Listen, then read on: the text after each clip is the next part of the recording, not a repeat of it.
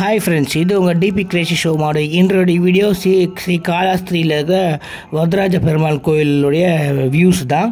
இங்கே நம்மளுக்கு கல்யாணம் இருக்கிறதால ரொம்ப நாளாக எங்கேயோ போய் பார்த்துக்கிறோம். மேரேஜ் ஆகாமல் தலைப்பற்றின்னு இருக்குது. ஸோ அதுக்காக நம்ம பரிகாரத்துக்காக தான் நம்ம தெரிஞ்ச ஐயர் ஒருத்தர் சொல்ல இங்கே வந்து நம்ம 11 வாரம் இந்த ஆலயத்தில் இருக்கிற ஆலமரத்தை சுற்றி நாகசேஷ சாமிகள் இருக்குது. அவங்களுக்கு அபிஷேகம் பண்ணி நம்ம வந்து விளக்கேற்றி பூஜை பண்ணிட்டு வந்தால் வேண்டுதல் நிறைவேறதுக்காக சொன்னாங்க. ஸோ அதன்படி நம்ம இந்த வரதராஜ பெருமாள் கோயில் காலாஸ்திரி உள்ள இந்த டெம்பிளுக்கு வந்திருக்கோம். பாருங்கள், இதுதான் கோயில் பக்கம் என்ட்ரன்ஸ். கோயில் இருந்தது, அதை இடிச்சிட்டு இப்போ ஆல்ட்ரேஷன் பண்ணியிருக்காங்க. இதுதான் அந்த ஆலமரம்.